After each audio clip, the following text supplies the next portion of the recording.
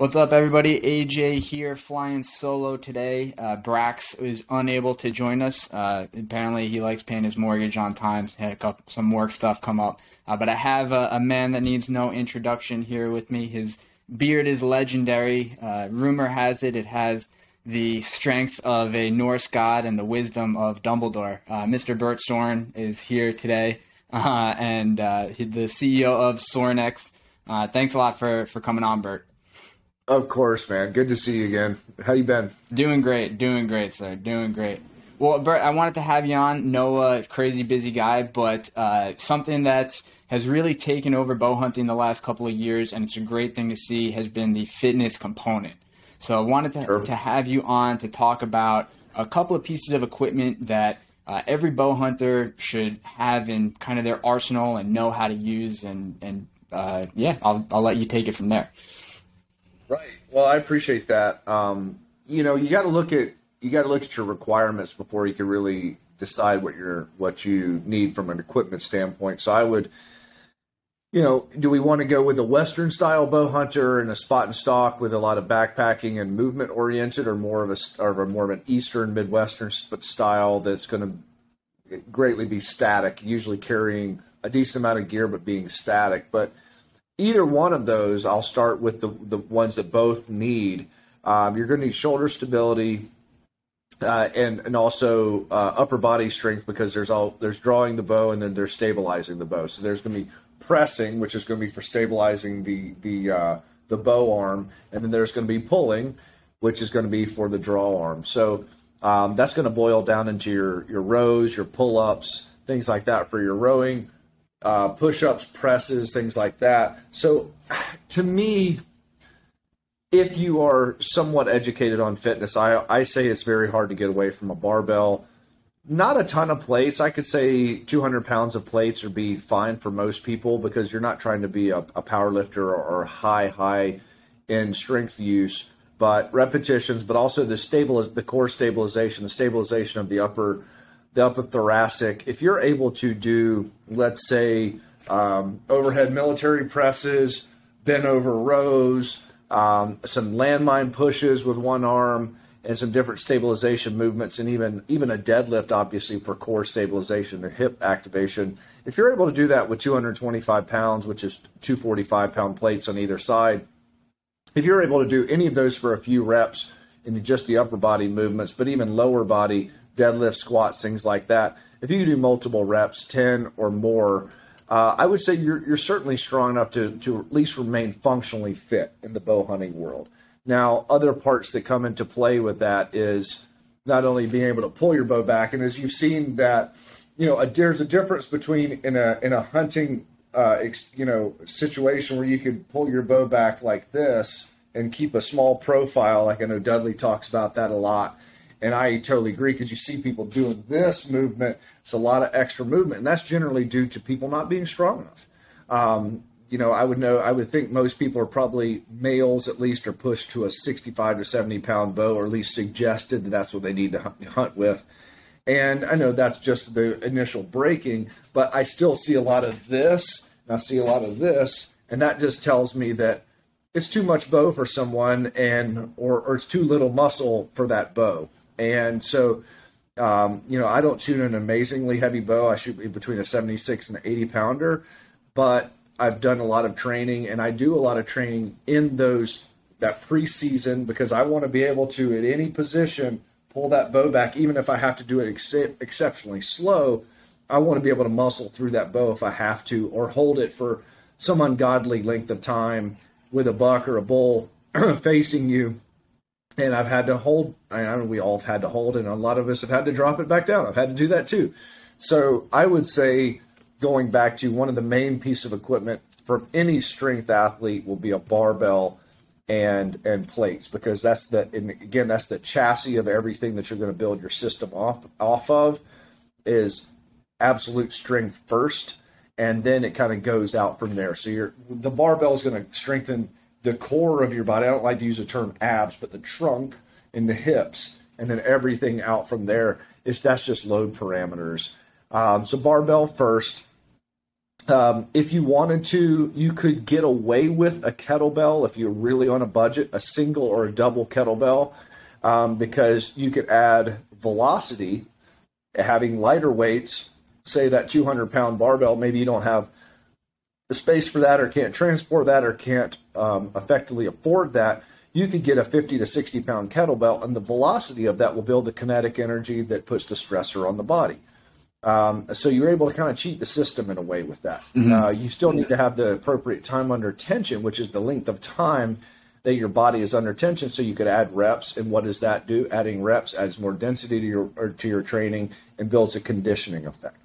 So a kettlebell is, I would say, the simplest. If you were to, I don't have anything else and I got $100, get you a 50 to 60-pound kettlebell, lift it in every way possible, whether it's a row, whether that's a press, whether that's, I wouldn't even fool with, honestly, snatches or cleans to a giant extent. To me, that becomes more of a art form and a sport in itself versus actually just putting a load on your external load on your body. But a ton of swings, you get someone that can do, 100 something swings a day with a 50-pound kettlebell. They're not going to want for much from a conditioning and a strength standpoint and just world in general. And I actually knew a girl who went to lose some weight, and she picked the simplest thing. She picked a relatively decently weight kettlebell. I think it was 40 pounds, maybe a little bit more at the time. And she said, I only worked out for one 30-minute section per day, and that was watching a television show. And she goes, how I broke it up, when the commercials would come on, I would stand up and I would swing the kettlebell until the commercials went off. And I said, well, how'd it work? She goes, well, there's about 17 minutes of program and a 30-minute show. So I had 13 minutes of work in 30 minutes, and that was about perfect. She's like, I lost 80 pounds. I go, incredible. Well, that was pretty freaking simple, right? So I would say a kettlebell is a bargain basement way to go. If you can have dumbbells after that, the problem with dumbbells, I wouldn't go as heavy. I'd probably say in the 20s to 30s because you can do a lot of stuff with them, but you're not going to get the axial load. The axial load is the load of the center of the body. That's the appendages, the axial load. So you want to have a piece of training tools that train axial and appendicular, the appendages. If you do have a barbell, next step I would go to is some sort of rack system, something that holds a bar off the ground at a predetermined height for ease and safety of usage, i.e. a press, a bench press, a squat, a front squat, something like that. You could get around the axial load by just doing a deadlift or high pull or something like that. But when you want to start getting into squats and bench presses, you need to have some way to hold the bar off the ground.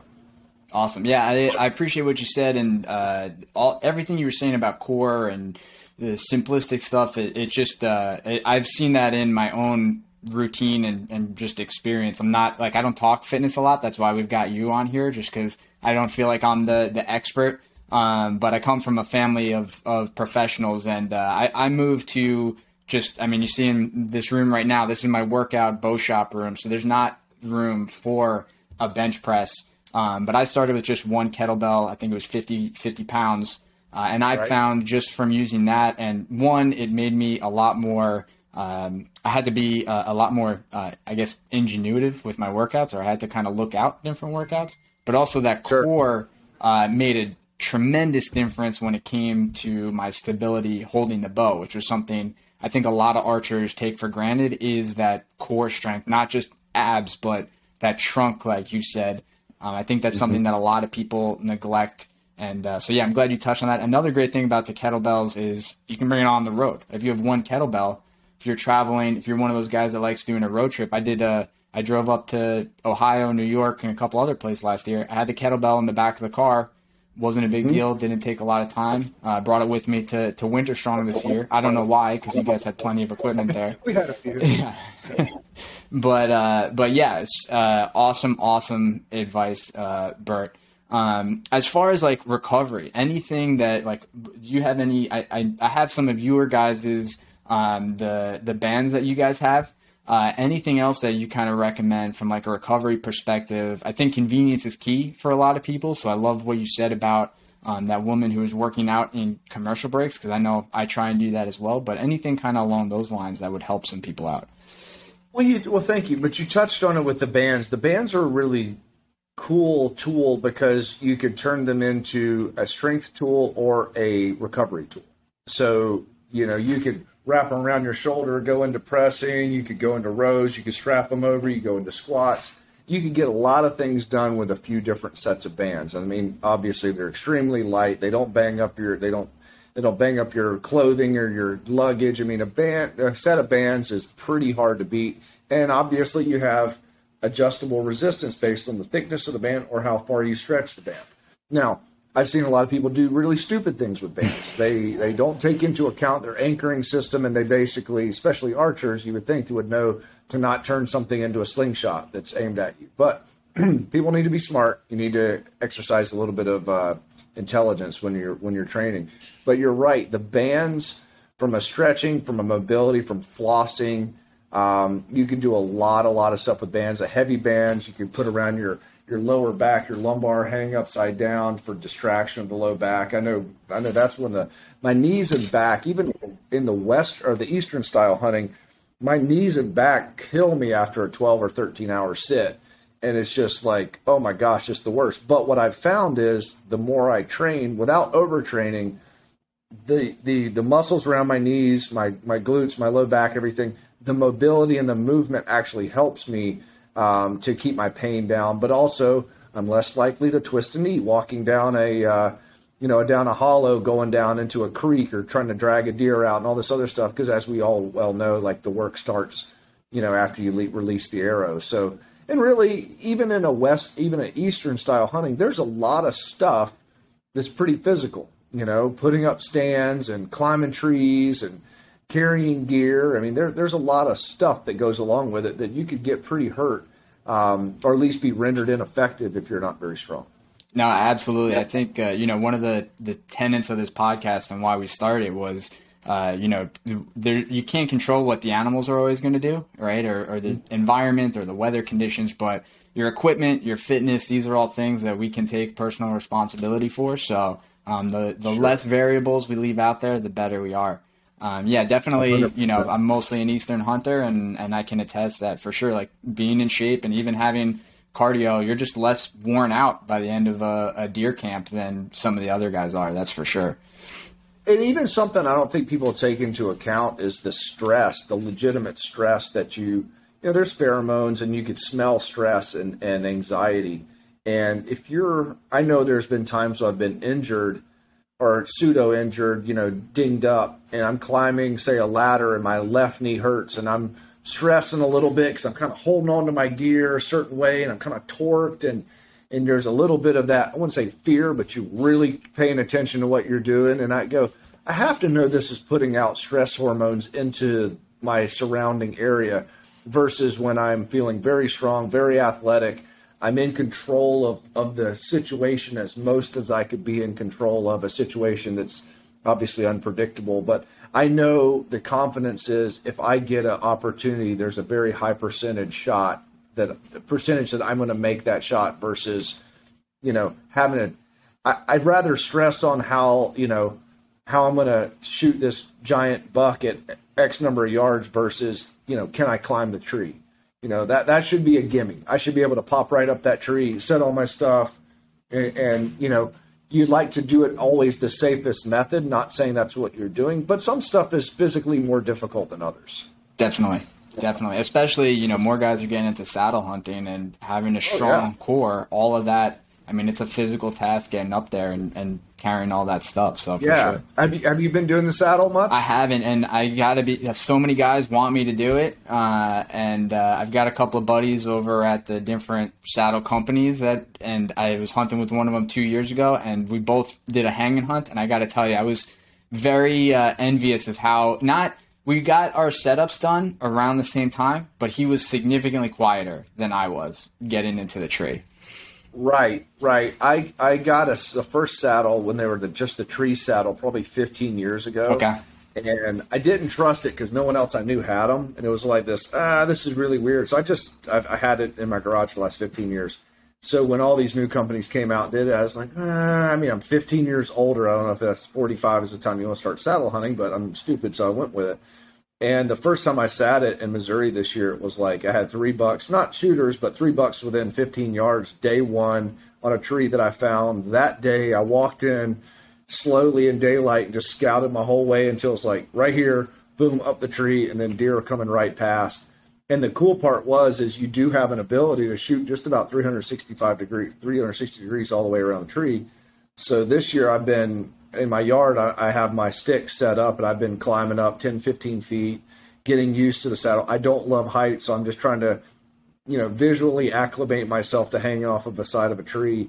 And I'm going to do it more and more this year. I'm even going to go up to a couple of my spots and go ahead and pre-hang some ladders in some good places so I can quietly get up for different wind positions. That's awesome. But I agree. The saddle's a different animal. I mean, it's on paper, it sounds absolutely amazing, but I know that, I have to be physically ready for it. For sure. Yeah, what's funny is that for me, hunting is as much about like the ambiance and like I hate hunting out of a ground blind.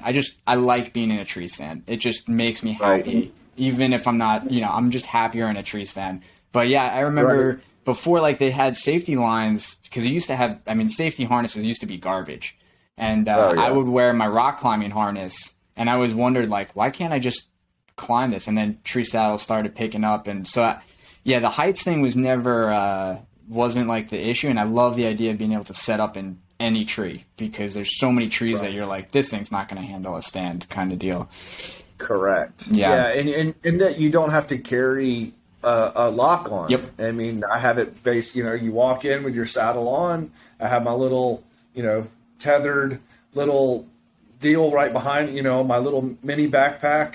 Sticks are in this hand, bows in this hand, and rock and roll. You get there, poop, poop, poop, and you're up. I could even see it.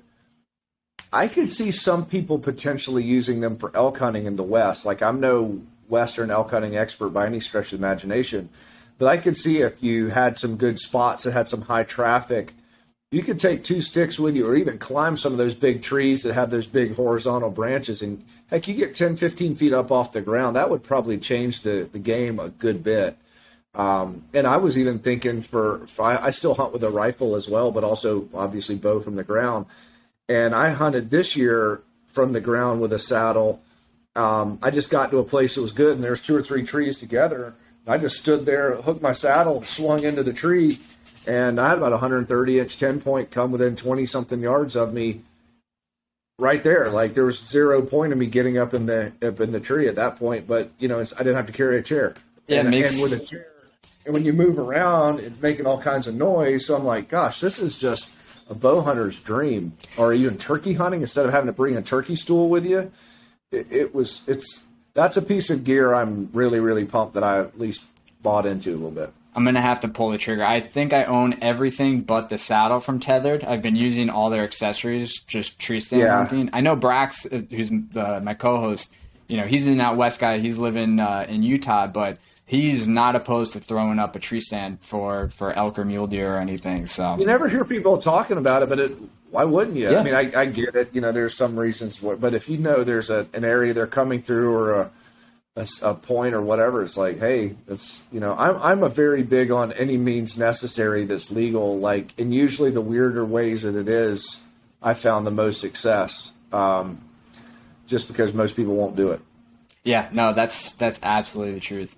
Well, Bert, any good hunts that you got planned for this year? I know it's kind of tax season right now, and you guys are going to be at a bunch of those. Yeah, exactly. I go South Carolina. I've set up a couple of new bow sets. Actually, I've scouted them out and set them right on the edge of a field, coming through a little spot that leads into the swamp that I know some hammers have been coming through there. So I'm going to go put up those stands here in the next, maybe as soon as the rain stops, next couple of days. I have an elk hunt in Utah this year. I believe I'm going to go to Hawaii and try to get after some various sundry of things. I'm going to go see Neil and Danny out there. I was going to ask if you're going to see Mr. Danny Bolton while you're out there. Yeah, that's the move. And so we're just trying to figure out the date. So Neil and Danny said they're going to try to tear my face off out there with a whirlwind trip of bow hunting and spear fishing and doing the whole deal. I don't think I'm going to sleep much, but it sounds fun. I got some Midwest whitetail hunts and I'm trying to think if I had anything else.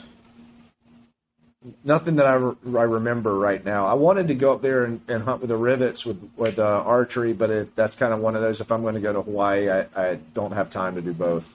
Yeah, those out west hauls take a lot out of you travel wise. Yeah, they really do. I'd love to hit Big Chino again this year for muleys. I just don't know if that's in the cards.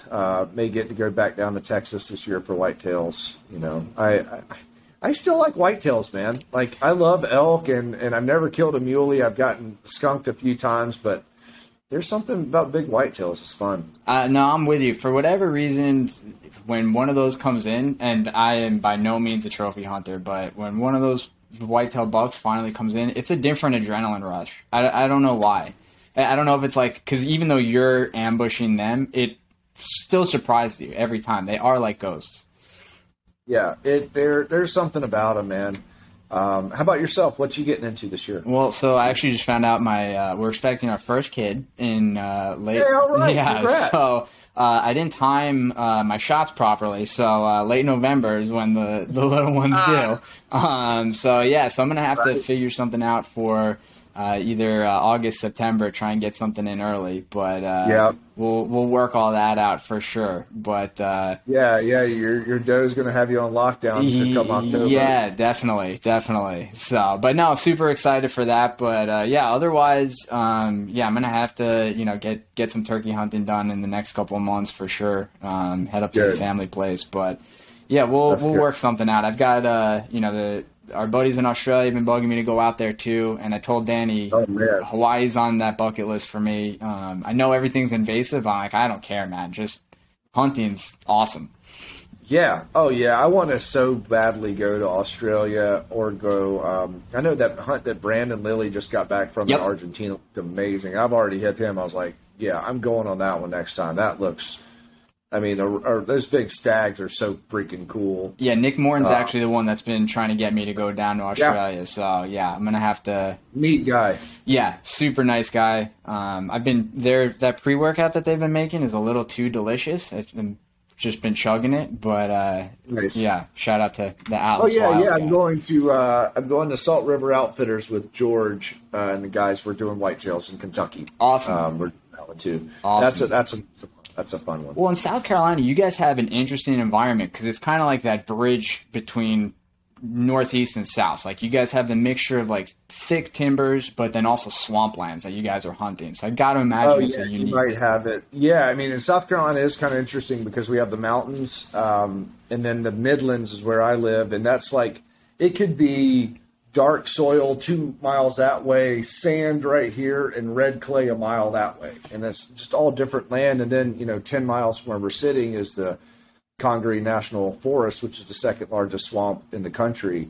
And our hunting land is like borders right on that. So we're hunting swamps. And so it's sand, roads, but then black, swampy land and alligators and all kinds of cool stuff. And that's only 2 miles outside of, the capital. I mean, Columbia, like 100,000 people. It's like right there. It's a very strange place.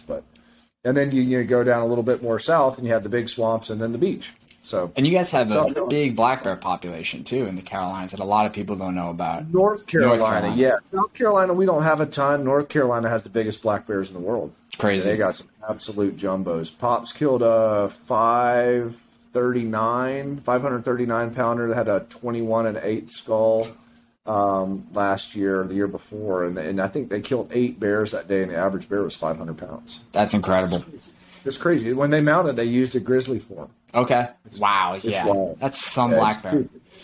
It's crazy. Yeah, I'd love to go on one of those hunts. I haven't had the opportunity to do that one yet. There's something different about bears, that's for sure. They're cool animals.